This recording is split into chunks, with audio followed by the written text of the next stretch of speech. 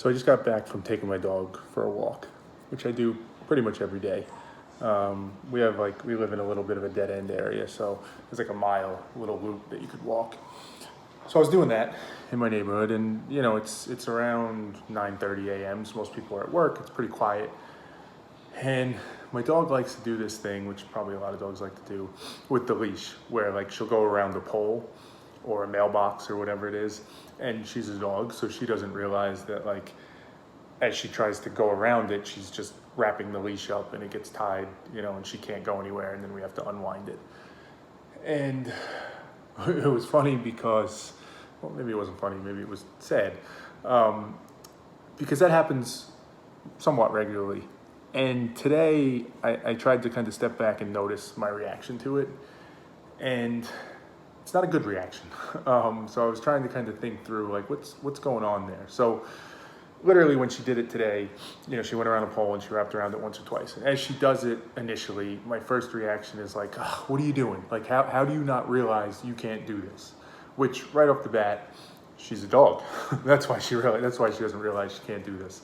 That's not terribly sophisticated thinking, but it's not obvious. So that initial anger, that initial frustration, that initial like projection onto her of like, oh, I need to blame somebody, it's her fault, why is she doing this again? But then as I went a little bit deeper into it of like, what am I feeling? Like, what is causing me to have this negative like emotional charge of anger, frustration, whatever it is? And no surprise probably for me at least, but what I started to realize I was thinking about, somewhat subconsciously, but I was able to bring it to the conscious, was insecurity and like worrying what other people might think. Like if I really stopped in that moment and tried to like capture where my mind was, it was if somebody's around and they see this happening, they're gonna think negatively of me. They're gonna think, look, this guy doesn't even know how to walk his dog. She's wrapped around the pole. What an idiot! How stupid he looks. Now he's got to unwrap it. And I found myself as I was unwrapping it, like angrily doing it and wanting to like yank the leash on her. It's like a punishment almost, to be like, I can't believe you made me do this and you embarrassed me so much. And it's somewhat difficult for me to even say this because it's embarrassing. It's an embarrassing reaction. It's almost like a child throwing a temper tantrum. It's irrational. It's illogical. I'm mad at a dog for something she could never understand.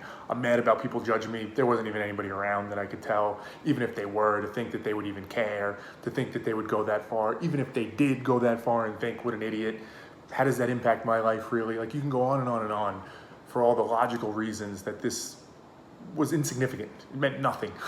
There should have been no reaction to it. But to me, it just goes to show for myself how deeply embedded some of these things are. And I'm sure it's true for a lot of people. We all have our own different things. But for me, this constant, and it's connected to people pleasing in some way, like it's the other side of the same coin, this constant need or fear of how I might be being perceived by the outside world.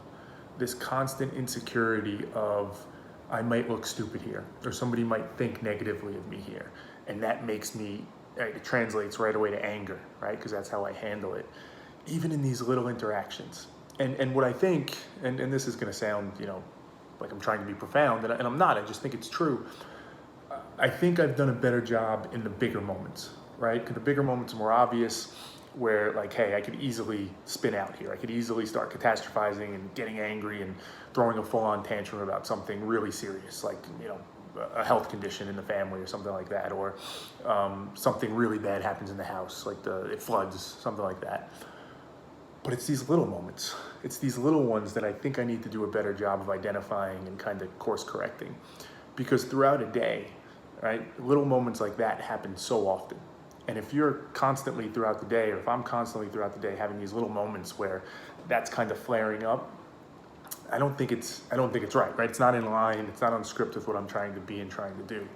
And as I know all too well, it's not enough to just say like, oh, well, that's stupid, I shouldn't do that, stop doing it. No, right? Like, you have to get to the root of it, which is part of what I'm trying to do here, and figure out and kind of prove to yourself the math that this is illogical and doesn't make sense. But then B, you have to be consistent with it. Because I know all too well that my mind, this is the groove, this is the blueprint that it knows. So when something like this happens, it's gonna revert instantly, instinctually, it's gonna revert to that. So I have to be on top of that. I have to be on the lookout for that, and try and course correct it and address it. But it's just such a good example of how something so insignificant, so meaningless, can have this effect. And it's because the event itself doesn't really matter. It's the root issue. It's that root issue of still worrying and caring too much about what I look like and what I'm perceived to be. Ultimately, I would say it's still not having enough confidence on a day-by-day basis in myself to feel like, hey, stuff is gonna happen. Maybe I will do something that looks stupid. Maybe I will embarrass myself a little bit. Maybe I will, maybe I won't. But even if I do, no big deal. Like, I'm confident in who I am. Everybody has those issues, right? Everybody has moments like that. It's truly embracing that and truly believing it. And I think this is evidence that I'm not there yet, which is no surprise. I think most of us are not there yet and probably never will fully be there. But it's being able to reflect on moments like this, identify, reflect, learn from moments like this that I think help get us closer.